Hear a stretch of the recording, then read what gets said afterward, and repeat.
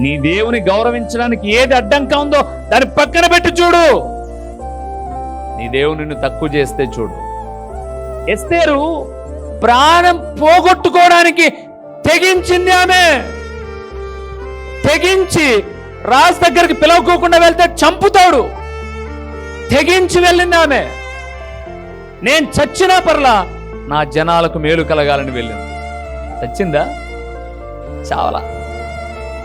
నీ తెగింపేది దేవుని కోసం, నీ త్యాగమేది దేవుని కోసం, నీ సమర్పణేది దేవుని కోసం.